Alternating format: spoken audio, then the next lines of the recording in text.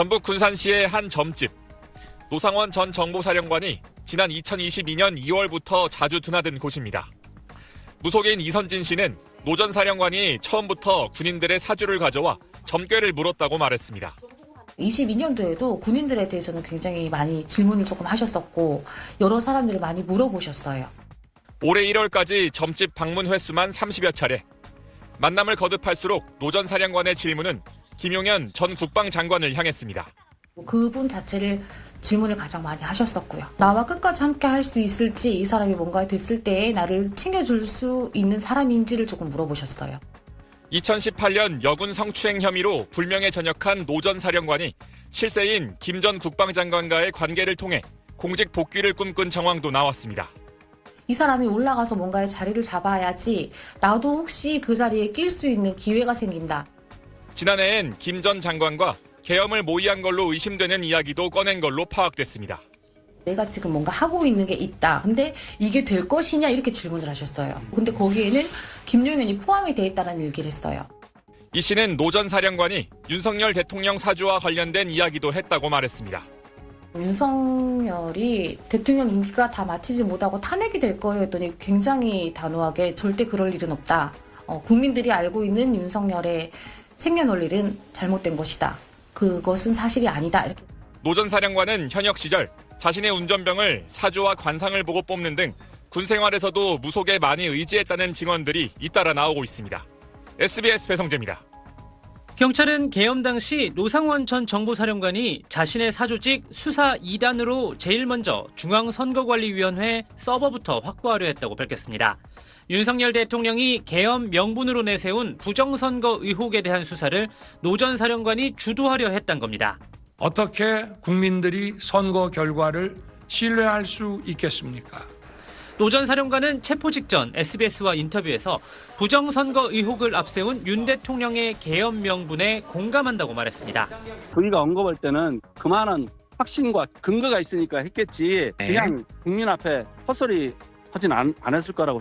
그러면서 자신이 가입한 예비역 장성들의 모임인 대한민국 수호 예비역 장성단에서 부정선거에 대해 공부했다고 털어놨습니다.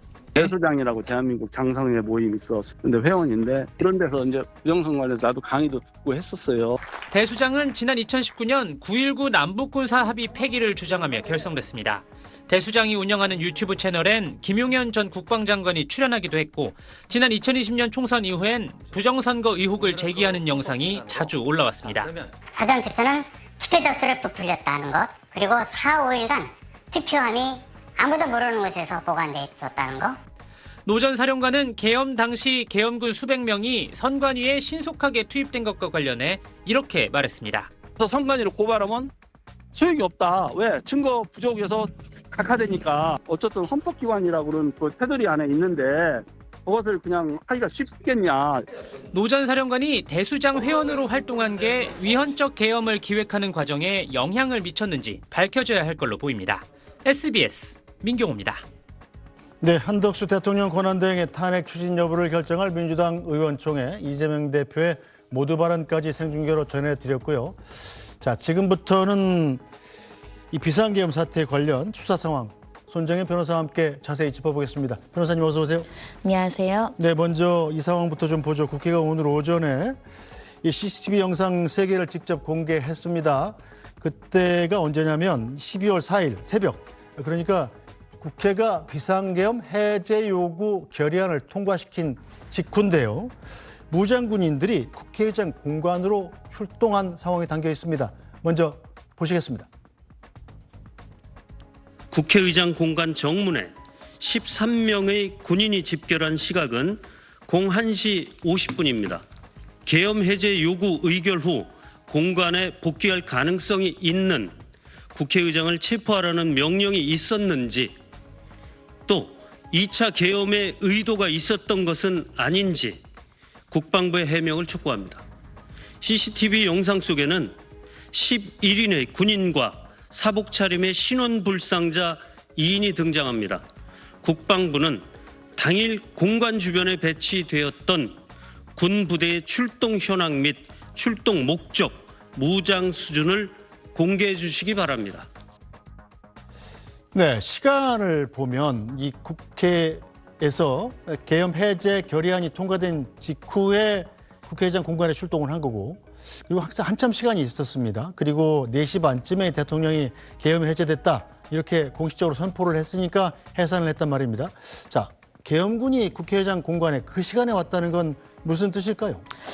일단 추측을 할 수밖에 네. 없는 상황입니다. 수사기관도 같은 추정을 가지고 수사를 개시하고 있다라고 보이는데요. 결국 국회의장이라는 신분은 국회 기능에 굉장히 핵심적인 요인이 될 요소가 있기 때문에 만약에 국회의장을 체포하거나 구속하거나 또는 어떤 업무를 하지 못하도록 이제 감시를 했다라는 목적이 있다라고 한다면 2차 계엄을 시도했을 가능성을 배제하기 어렵다는 정황이 확인됐다라고 볼 여지가 있습니다. 만약에 2차 계엄을 시도했다라고 한다면 계엄 같은 경우는 예비 음모도 처벌하기 때문에 2차 계엄 음모행위 자체, 실행행위 자체를 또다시 이제 처벌할 여지가 있는 것이고 네. 두 번째로는 윤 대통령이 관련해서 국민들께 실제로 군 병력을 통해서 어떤 국회 요인이라든가 국회의원들을 체포하거나 잡으라고 한 것이 아니라 압박성으로 이것을 실행한 것이다라는 취지의 주장을 한 바가 있는데 만약에 2차 계엄을 반복적으로 또다시 실행할 계획을 가지고 있었다라고 한다면 이 주장이 또 신빙성이 깨지는 것이기 때문에 수사기관에서는 2차 계엄을 실행하려는 의도가 있었는지 여부를 살펴볼 것으로 보입니다. 네, 자 계속해서 수사 내용도 좀 짚어보죠. 노상원 전 정보사령관 점집을 운영했다는데, 자 오늘 구속 상태로 검찰에 송치가 됐습니다. 지금 노상원 전 정보사령관의 수첩에 담긴 내용이 하나둘씩 나오고 있는데, 자 비상계엄 당시에 이 메모 내용이 구상이 현실화될 가능성도 꽤 있는 거죠.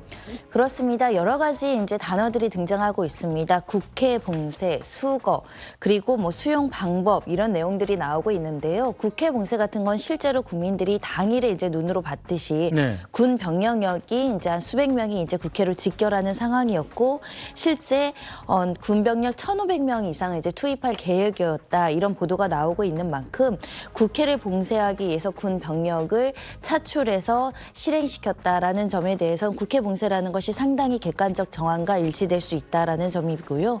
앞서서 각종군 특수전사령관이나 경찰청장이 국회의원을 끌어내라 이런 지시를 들었다라는 이제 진술이 나오고 있는 상황이기 때문에 네. 이 수첩에 기재된 일부 내용들은 객관적 사실과 일부 부합할 가능성이 매우 높아지는 상황에서 수거라는 표현도 나왔습니다. 수거라는 것은 보통은 뭐 사람에 대해서 수거한다라는 표현을 하진 않지만 일단 재활용 쓰레기 같은 걸 표현할 때 수거라고 하죠. 네, 일반적으로 이거를 선회하면 제거한다, 체포한다, 이 사람들에 대해서 이제 어떻게 보면 치워버린다 이런 의미로 해석한다고 한다면 이 여인영 반척사령관이 지시했던 체포 관련한 이 명단에 대한 주요 요인들에 대한 수거에 대한 계획이 성립되어 있었고 이것을 구체적으로 실행하려는 계획이 그 예전부터 있었다라는 것을 방증하는 증거가 네. 될 수 있는 것이고요.